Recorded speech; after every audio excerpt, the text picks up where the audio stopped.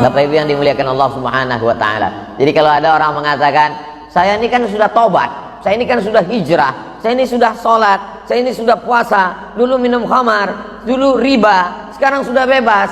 Kenapa hidup saya masih ada ujiannya, Pak Ustadz?" Nabi-nabi aja diuji. Nabi Yusuf begitu ujiannya, Nabi Yunus demikian ujiannya, Nabi Ibrahim luar biasa ujiannya. Jadi orang yang heran hidup ini penuh dengan ujian itu sama dengan mahasiswa, calon mahasiswa ikut SNMPTN, seleksi nasional masuk perguruan tinggi. Ketika masuk di dalam, dia nanya ke teman sebelah, "Kok ujiannya banyak sekali?" Kata temannya sebelah, "Kamu salah masuk ruangan." Ini ruangan ujian, guys. Walaqad hammat bihi, perempuan itu mau dengan dia, wahamma biha, dan dia pun mau dengan perempuan itu. Laula an ra'a burhan rabbi, akhirnya dia mendapatkan burhan, penjelasan, pencerahan, kesadaran dari Allah. Akhirnya dia kalahkan keinginannya, dia ikut kehendak Allah, dia tinggalkan itu perempuan dan dia selamat. Laki-laki itu bernama Yusuf, moyangnya bernama 4 kali kita sebut tadi, kama sallaita ala Ibrahim wa ala ali Ibrahim, kama barakta ala Ibrahim wa ala ali Ibrahim. Ibrahim punya anak laki-laki namanya Yakub. Yakub punya anak laki-laki, Ibrahim punya anak laki-laki namanya Ishak. Ishak punya anak laki-laki namanya Yakub. Yakub punya anak laki-laki namanya Yusuf. Yusuf punya saudara namanya Imran. Imran punya anak laki-laki, itulah dia Musa dan Harun. Yusuf punya saudara laki-laki namanya Yahuza. Yahuza punya keturunan sampai bawah menjadi raja-rajanya Yahudi. Dari kata Yahuza itulah Yahudi. Salah satunya bernama Daud. Orang barat menyebutnya David. Daud ini punya saudara kandung, punya anak kandung laki-laki namanya Sulaiman, yang mewarisi kerajaan Daud. Maka disebut dia dengan Sulaiman. Orang barat menyebutnya Solomon. Kabarnya kerajaannya itu sampai ke tanah Jawa, itulah Sleman. Kabar wallahu a'lam, kita nggak tahu, saking kan luasnya kekuasaan dia. Lalu kemudian Sulaiman ini punya keturunan sampai ke bawah, itulah dia Zakaria. Zakaria lama tidak punya anak, berdoa kepada Allah, Rabbi habli min ladunka zurriyatan thayyibah. Maka lahirlah seorang anak, fanadathul malaikatu wa huwa yusalli fil mihrab. Saking makbulnya doa Sulaiman, dia belum keluar dari mihrab, saat berdoa Allah sudah kabulkan doanya. Lahirlah seorang anak laki-laki namanya Yahya. Yahya bin Zakaria. Zakaria ini punya istri, istrinya punya adik nama perempuan Hannah. Hannah ini punya suami namanya Imran. Imran nikah dengan Hannah, lama tidak punya anak, bernazar. Akhirnya Allah kabulkan doanya, maka lahirlah seorang anak perempuan namanya Maryam. Maryam melahirkan seorang anak laki-laki namanya Isa. Nama anaknya Isa, nama ibunya Maryam, nama neneknya Hannah, nama kakeknya Imran. Keluarga kecil ini disebut dengan Ali Imran, bukan teroris. Jadi kita mesti pahami sejarah ini, bahwa mereka punya kait. Tadi Ustaz sebut Yahudi, ya. Lalu bagaimana dengan Israel? Nabi Ibrahim punya anak namanya Ishak, Nabi Ishak punya anak namanya Yakub. Yakub itu namanya 2, satu Yakub, satu lagi Israel. Il artinya Tuhan, Isra artinya hamba, Israel berarti hamba Tuhan. Bahasa Arabnya Abdullah, hamba Allah. Tapi jangan gara-gara ini nanti tetangga bapak yang namanya Abdullah dipanggil Israel. Hei Israel, ya Palestina.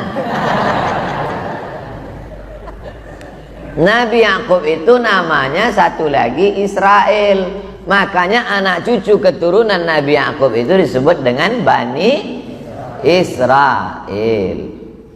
Jadi semua Yahudi itu adalah Bani Israel, tapi tidak semua Bani Israel itu Yahudi. Karena pecahannya ke bawah, barulah dia Yahuza, saudara dari Nabi Yusuf, anak cucu keturunan yang disebut dengan Yahudi. Setelah meninggalnya Nabi Sulaiman alaihissalam, pecah kerajaan ini, satu di utara, satu di selatan. Maka muncul dua kerajaan, satu kerajaan Israel, satu kerajaan Yahudi, berperang antara dua kerajaan ini. Lengkapnya baca di buku sejarah agama Yahudi. Sampulnya warna hitam, sudah diterjemahkan, bestseller. Nama penerjemahnya Abdul Somad. Tulis di Google. Nah, jamaah yang dimuliakan Allah Subhanahu wa taala. Nabi Yusuf alaihissalam suatu malam bermimpi. Inni ra'aitu ahada asyara kaukaba. Aku melihat ada 11 ahada asyara, 11 kaukab bintang.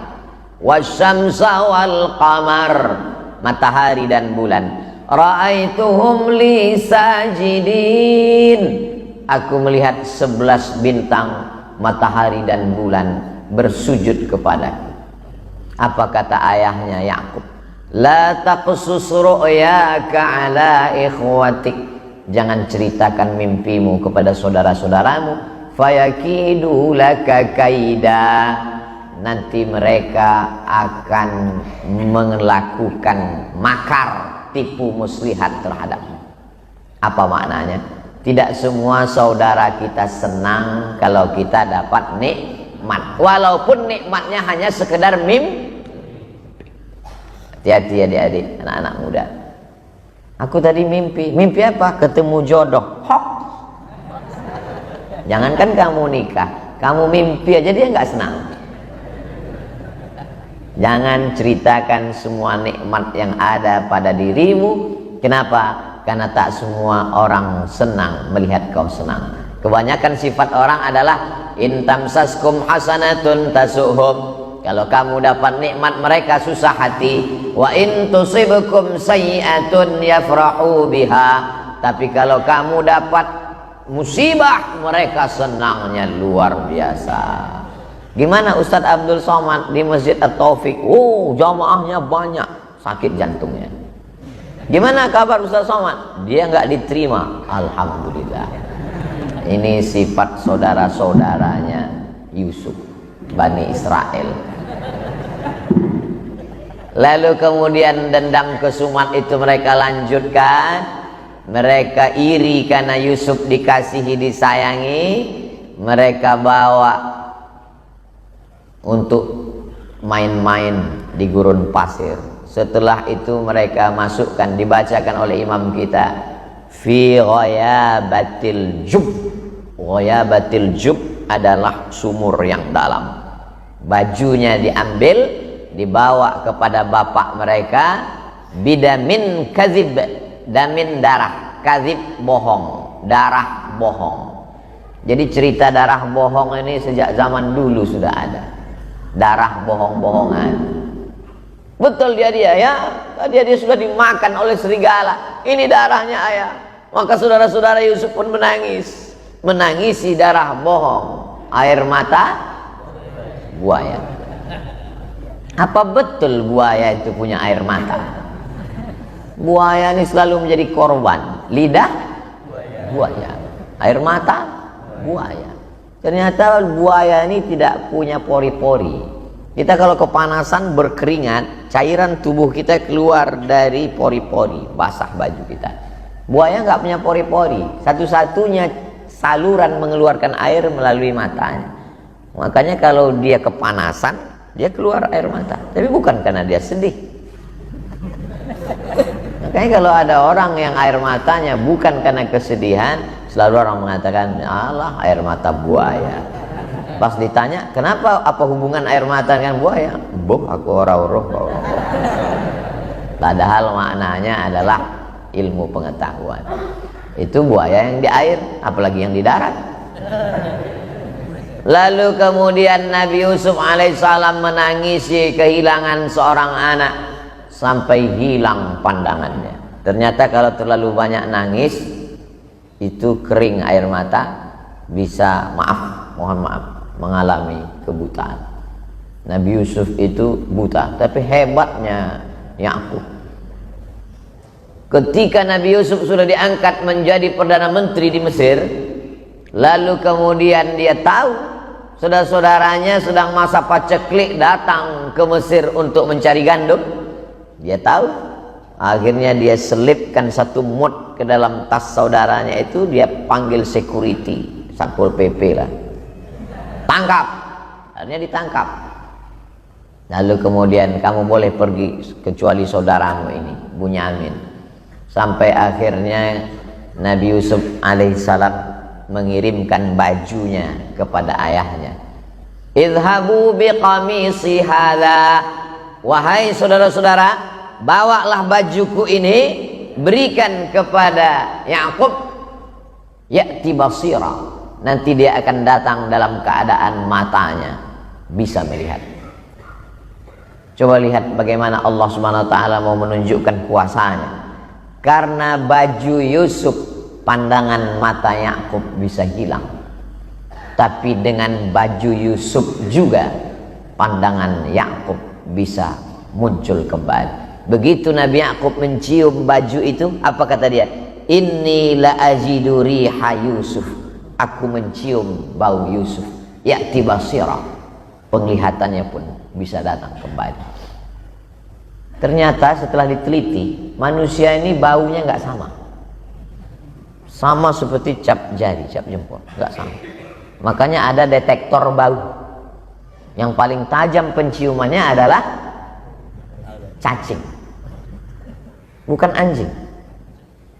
Cacing paling tajam. Menurut Imam Al-Jahiz, memang cacing memiliki kekurangan. Dia nggak punya kaki, dia nggak punya kulit, dia nggak punya mata, dia nggak punya telinga.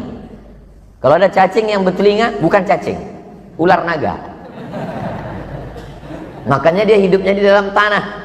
Tapi di tengah kekurangannya diberikan Allah SWT kelebihan. Apa? Penciumannya amat sangat tajam. Dia bisa mencium jarak radius 1 km. Jadi kalau Abdul Somad meninggal, ditanam di sini, di samping Masjid At-Taufik, itu 1 km semua cacing-cacing mencium. Wow, brownies. Mereka sudah siap. Kalau memang penciuman yang paling tajam itu adalah cacing, mengapa polisi Badan Narkotika Nasional tidak menggunakan cacing untuk mencium narkoba di airport? Karena cacing nggak punya kaki. Maka yang dipakai adalah anjing herder. Saya turun di airport, tiba-tiba ditahan semua. Semua penumpang dari Kuala Lumpur, jangan keluar dulu dari airport. Datang anjing, mendekat ke saya. Ingat dulu waktu kecil kata mak, kalau ada anjing baca tabat yada abilah bi watab. Dia baca tabat yada abilah bi. Yang lihat kan. Takutnya diselipkan orang narkoba. Keluar berita Abdul Somad tertangkap di airport bawa narkoba. Nauzubillah, nauzubillah, nauzubillah. Allah Subhanahu wa taala Maha Kuasa. Dengan baju yang dilumuri darah palsu, pandangan Nabi Yakub bisa hilang. Tapi dengan baju yang ada keringat Nabi Yusuf, pandangannya bisa kembali. Allah Subhanahu wa taala Maha Kuasa. Innama amruhu idza arada syai'an ayyaqula lahu kun fayakun. Jangan heran kalau bapak terlalu lama pergi keluar kota, ibu video call, diciumnya baju singlet bapak yang sudah 3 hari nggak dicuci. Kenapa? Mengobati rasa rindu, kata dia.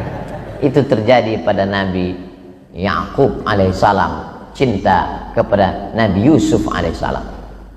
Nabi yang paling lengkap kisahnya dalam satu surat dalam Al-Quran, Nabi Yusuf. Baca surat Yusuf. Makanya kadang ibu-ibu hamil datang ke kiai, kiai tolong doakan saya, didoakan. Wa'idzuki bi kalimatillahi tammati min kulli syaitani wa hammati wa min kulli ainin lammah bismillahilladzi la yadurru ma'asmihi syai'un fil ardi wala fis sama. Nanti kalau saya di rumah bagusnya baca apa ya kiai? Banyak-banyak baca surat Yusuf. Maksudnya supaya anaknya bertakwa seperti Nabi Yusuf digoda oleh Zulaikha, nggak mau. Maksud kiai itu, tapi si ibu salah paham. Dia nganggap anaknya ganteng seperti Nabi Yusuf. Pas lahir ireng. Apa ini? Komplain sama kiai. Kok anaknya orang ganteng piye kiai? Kiai tersenyum. Bojone suaminya mana? Lu bodoh. Jadi bukan salah suratnya. Suratnya nggak salah, kita aja yang salah ngerti terhadap pesan-pesan agama. Jadi Nabi Yusuf ini gantengnya luar biasa. Bagaimana? Imra'atal azizi turawidu fataha. Tersebar isu di media sosial saat itu. Apa beritanya? Imra'atul aziz, istri Perdana Menteri, turawidu fataha, tergila-gila dengan anak lajang yang ada di rumahnya.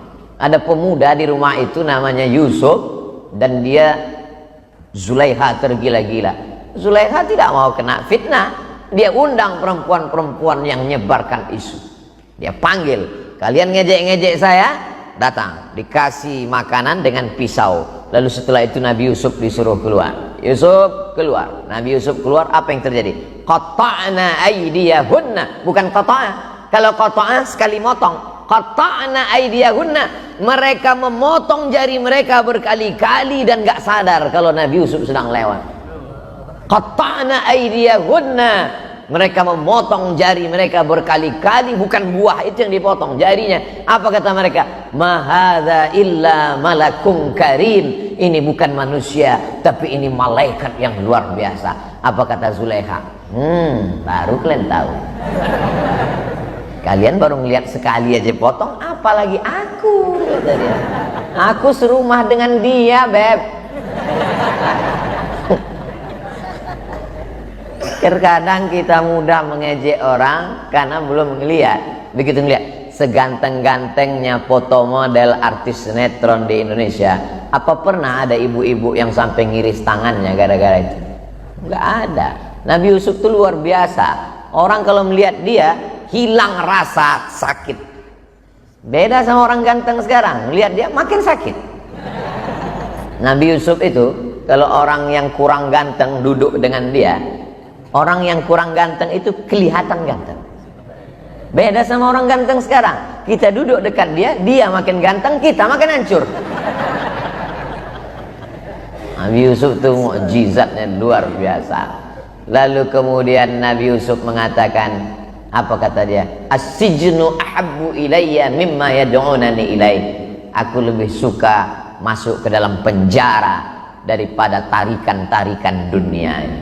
Ternyata godaan ganteng itu luar biasa. Jadi kalau ada adik-adik anak-anak muda yang kalau keluar rumah itu sampai angkot-angkot nabrak tiang listrik saking gantengnya, ibu-ibu sampai masuk paret, itu mungkin setetes dua tetes darah Nabi Yusuf ada pada diri. Tapi dia tidak mau hanyut dengan dunia. Apa kata dia? As-sijnu ahabbu ilayya mimma yad'unani ilaih. Aku lebih memilih masuk ke dalam penjara. Nabi Yusuf di penjara. Takdir Allah berkata ada orang di penjara itu yang bermimpi, mimpinya ditakwilkan oleh Nabi Yusuf. Akhirnya Nabi Yusuf keluar dan kemudian dia diangkat menjadi Perdana Menteri karena strateginya untuk mengatasi 7 musim kemarau. Akhirnya dia selamat. Lalu kemudian meninggal itu Perdana Menteri dan masa paceklik datang. Nabi Yusuf diangkat sebagai Perdana Menteri. Datang seorang perempuan minta gandum makanan.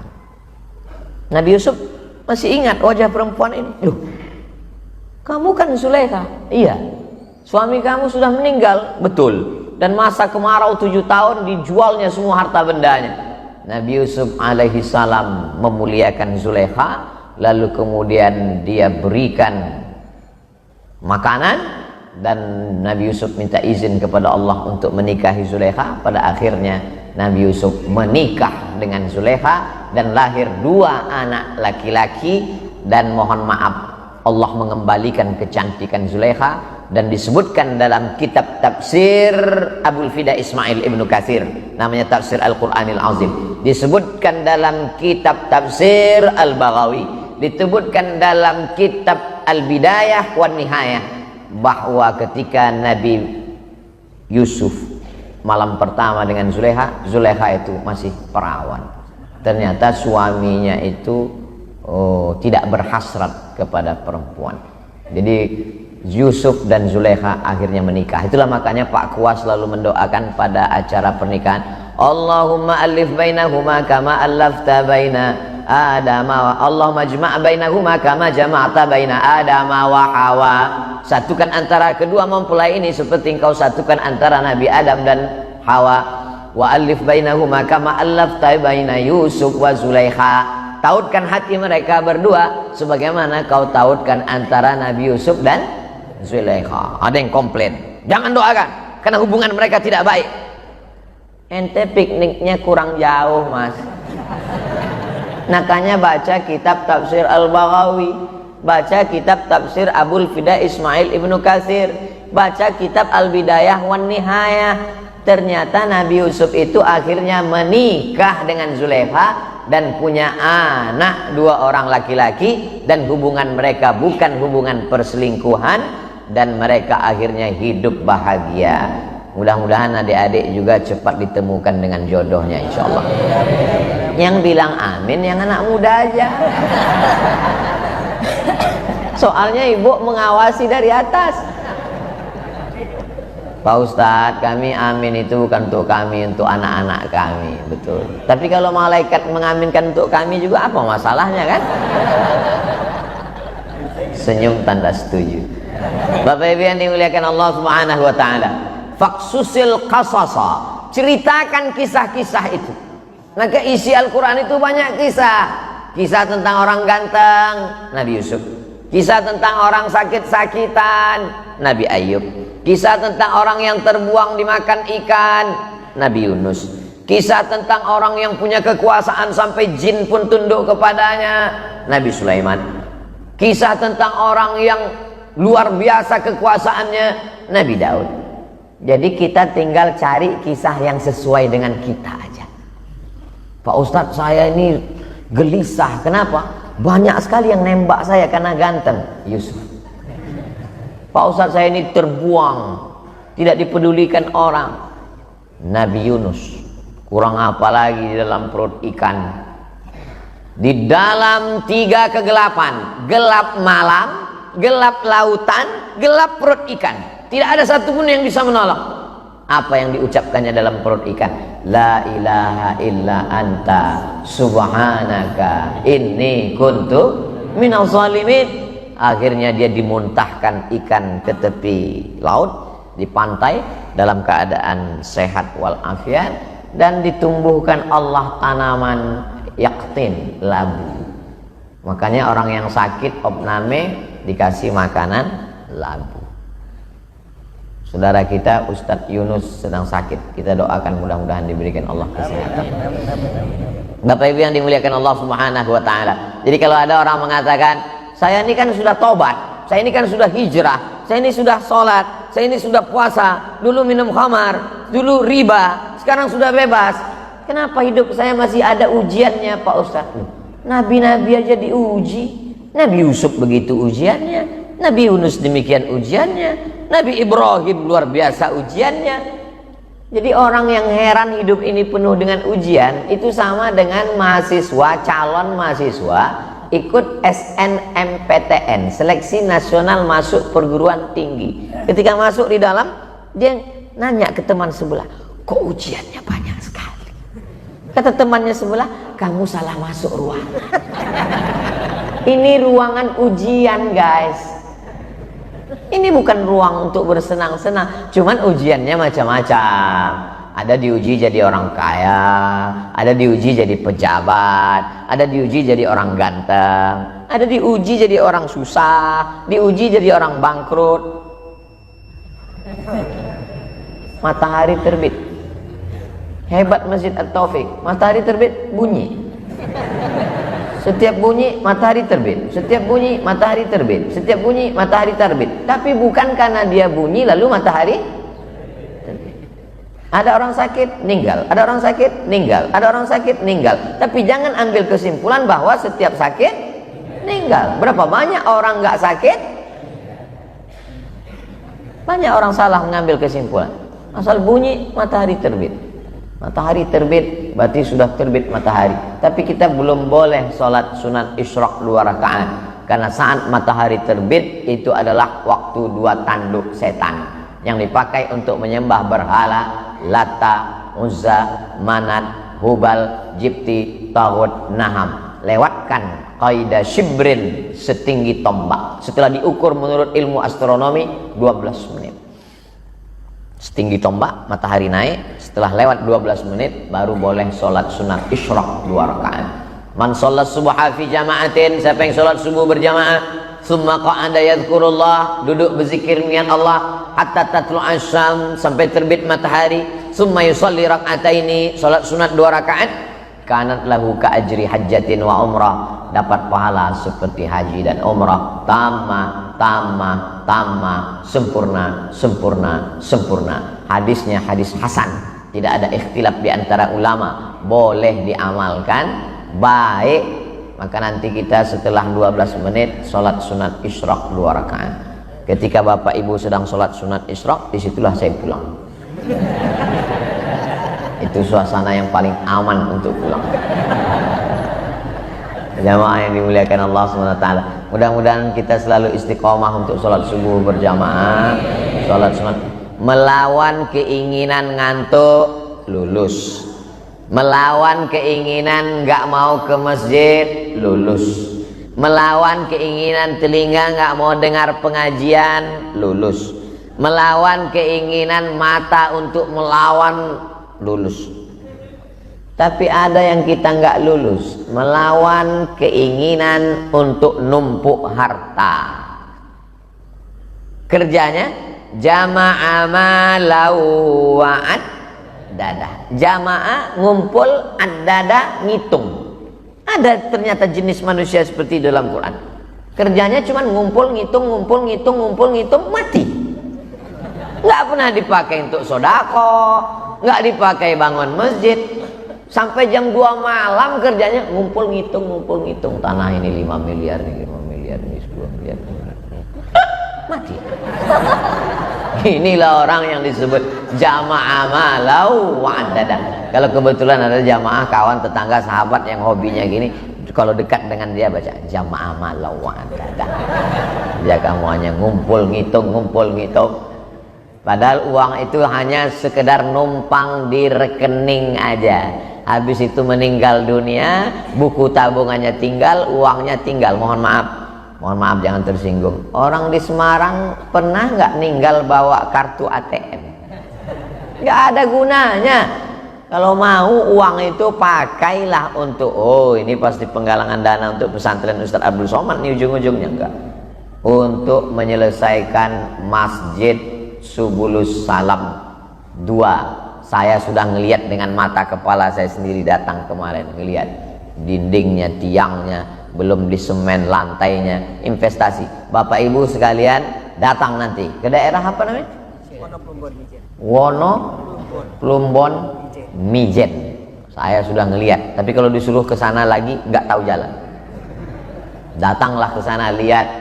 Saya mau setelah saya tausiah ini, jamaah ini akan datang ke sana, bertanya kepada Pak Kiai berapa sak semen lagi, berapa lagi pintu kosen, jendela yang perlu dibantu, keramik semuanya. Mau bantu? Enggak, nanya-nanya aja dulu, survei aja dulu. Ibu yang dimuliakan Allah Subhanahu wa Ta'ala, ada orang-orang ketika kantong-kantong ini lewat, dia pura-pura khusyuk dengar ceramah. Enggak apa-apa, mungkin bisa melalui transfer banking. Ma'akal tafa'afnaita, duit yang kau tabung, kau simpan, kau cari, busuk, dimakan, busuk. Wa malabista, dipakai, lapuk. Wa matasaddaqta, yang diwakafkan, disedekahkan, itulah yang akan menjadi bekal menghadap Allah Subhanahu wa Ta'ala. Ternyata setiap pagi itu malaikat dikirim 2. Malaikat yang pertama berdoa, Allahumma ati munfiqan khalafa. Orang yang bersedekah berilah dia ganti ya Allah. Yang tidak bersedekah dikirimkan juga malaikat. Allah tuh adil. Yang nggak mau bersedekah dikirim juga malaikat. Kata malaikat, Allahumma ati mumsikan talafa. Yang tidak mau sedekah berilah dia kebinasaan ya Allah. Hadisnya sahih, bukan doa saya, doa malaikat. Doa saya belum tentu makbul, doa malaikat pasti makbul. Kata malaikat, yang tak bersedekah berilah dia kebinasaan. Nah, jadi yang tak bersedekah hati-hati aja. Berawal dari pertama sendal hilang, habis itu nggak lama helm hilang, habis itu suami dilarikan pelakor. Ustadz ini nakut-nakuti ibu-ibu aja. Yang kerja nyari uang kan bapak, memang betul. Tapi yang megang uang bapak, ibu. Makanya kantongnya sebar ke ibu-ibu. Bapak ibu yang dimuliakan Allah Subhanahu wa ta'ala, yang dititipkan Allah Subhanahu wa ta'ala begitu banyak, tapi yang dimintanya tidak banyak, 2,5% zakat. Bisakah zakat untuk masjid? Menurut mazhab Syafi'i, nama imamnya Fakhruddin Ar-Razi, meninggal 606, dikutip oleh Mufti Al-Azhar Mesir, Syekh Atiyah Saqar, bisa zakat untuk masjid masuk asnafnya ke fisabilillah. Innamas shadaqatu lil fuqara wal masakin wal amilina 'alaiha wal muallafati qulubuhum wa fir riqab wal gharimin wa fi sabilillah wa ibnis sabil. Itu maka pemerintah Malaysia menyalurkan zakat untuk mahasiswa yang ada di Al-Azhar Mesir. Teman saya orang Malaysia, saya tanya, kamu dapat beasiswa? Ya, dari mana? Dari rumah zakat, kata dia. Berapa satu tahunnya? 6.000. 6.000 ringgit kali 3.000, 18 juta. Kamu dapat juga? Saya bilang saya dapat. Berapa? 12.000. Oh, banyak sekali.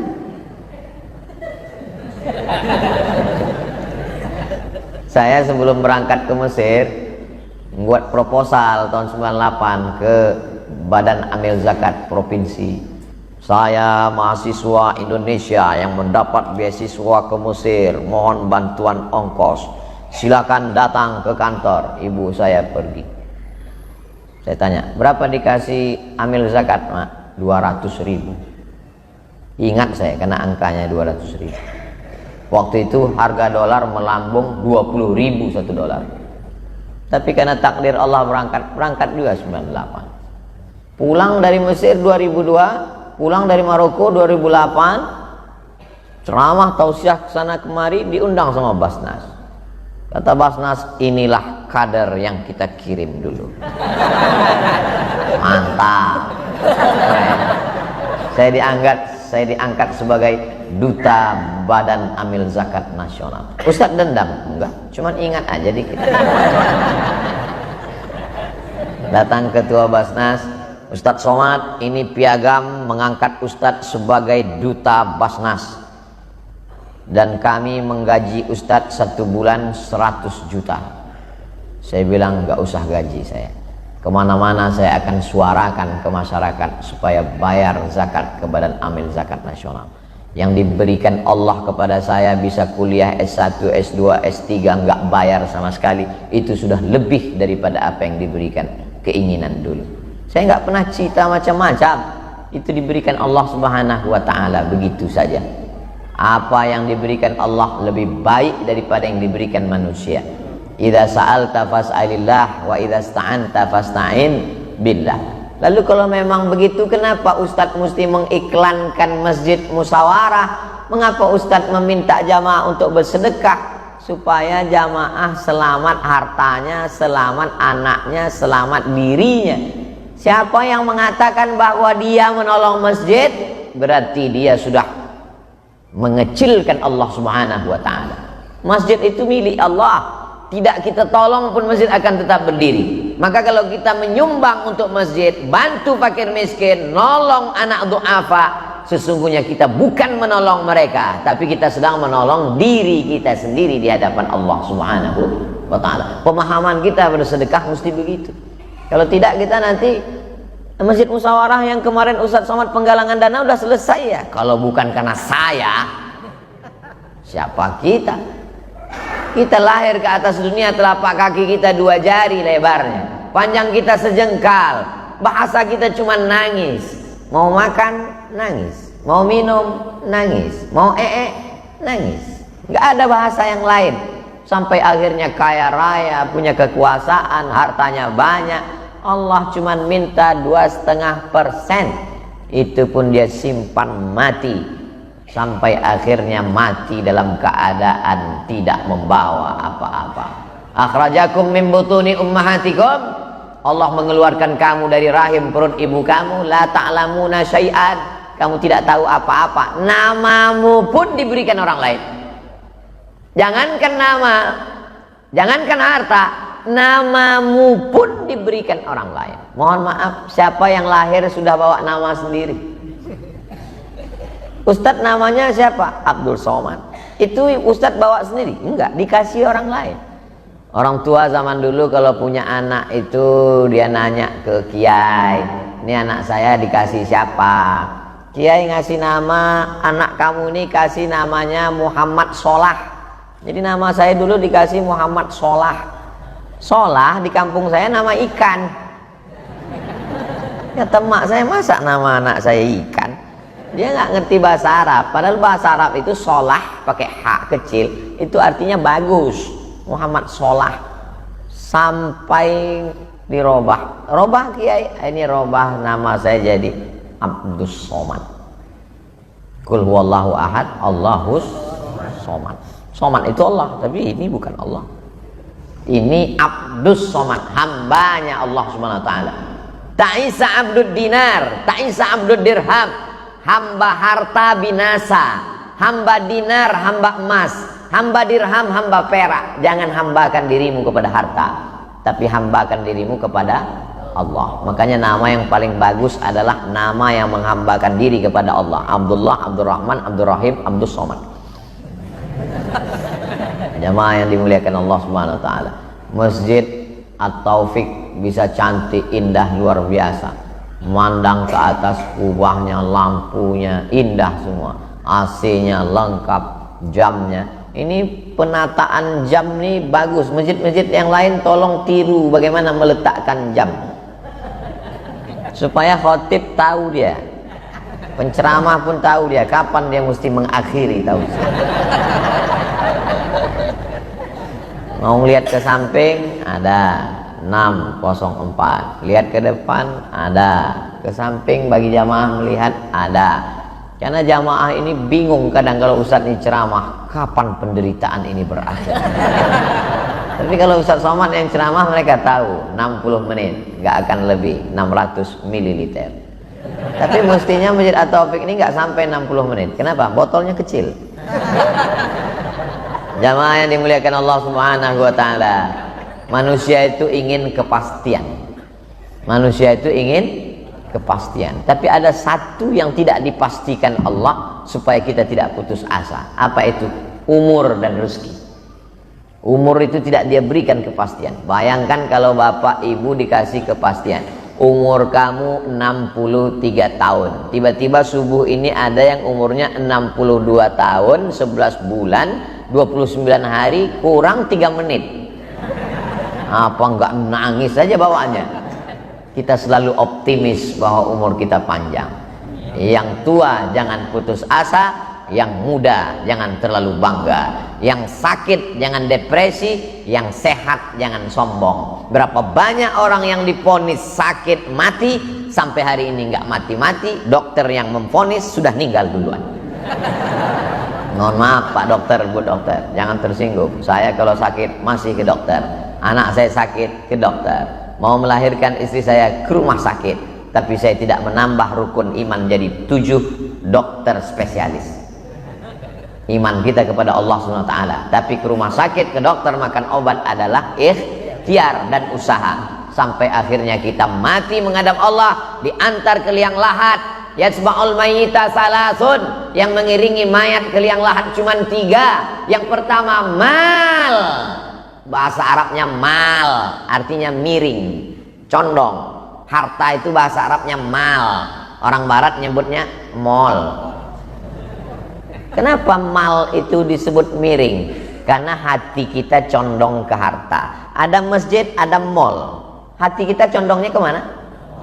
Ke mall. Itu maka disebut dia mall, miring. Hati kita miring, condong ke sana. Harta mengiring ke liang lahat. Mobil mahal, mewah, ikut ngiring sampai ke pelataran parkir. Ahluhu, keluarga, anak, cucu, mantu, kawan, sahabat, jamaah, ramai datang mengiring ke liang lahat. Tapi pas masuk ke dalam, tetap only you.